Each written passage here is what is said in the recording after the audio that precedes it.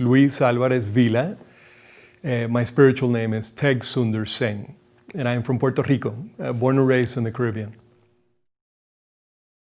My first sort of memory of Kundalini, of the word Kundalini, I remember very clearly because it sounded like an Italian name to me. And so I was a little thrown back by the whole idea of yoga, Italian yoga, or where was this coming from? But I heard it within a time frame of 3 to 4 months from different people. All of a sudden, I got a text of a Kriya. I got word that Gurmukh was coming to teach in my neighborhood. And one of my teachers and dear friends, brother from another mother, Tommy Rosen, also began to speak about Kundalini. And so I felt like it was the right timing. And thinking back, I was sort of carried to my first Kundalini experience. It was pretty magical. And it was with Gurmukh at the Sacred Space in Miami, right shortly after the Sacred Space opened. And I took my then 9-year-old son, Lorenzo, with me. And we held this amazing posture, this bear claw, for about, I don't know, what seemed like half an hour. It probably was. And I was hooked from the very beginning. I knew that I had found my family. The word seva, it means service, to be of service. And I guess when I really connect to the teachings of Yogi Bhajan and my journey in Kundalini, it all leads to that word. Now, I also happen to, in a way, come to Kundalini Yoga through Tommy Rosen and his wife, Kia Miller, and our work within the recovery space, recovery from addiction.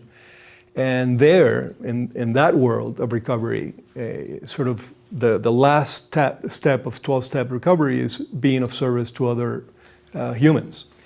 And so it resonated immediately for me when I realized that all of the practices of Kundalini, to some degree, are to put yourself in a place of service.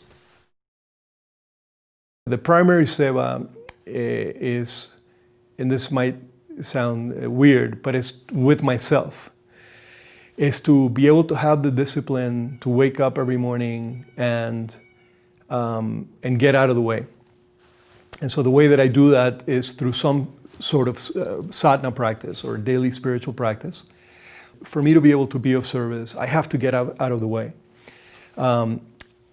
What led me to Kundalini and the big reason why I've really embraced this practice is that it allows me to get out of sort of the frequency of addiction that has been part of my own experience as a human on this planet.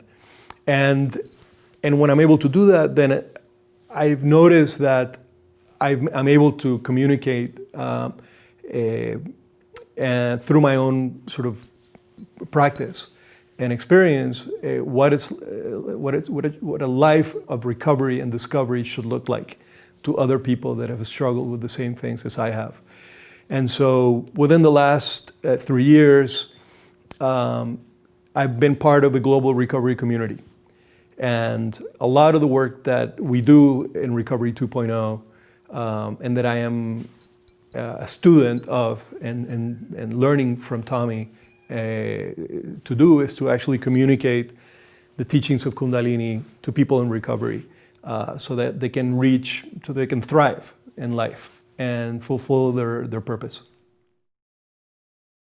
I do seva out of a sense of the sort of idea of the golden chain of teachings, that everything that I have learned, whether it's in applied knowledge of any sort, whether it's mathematics or history or music or even yoga, has always come through another human. That knowledge transfer comes with a responsibility of being able to share it and pass it along.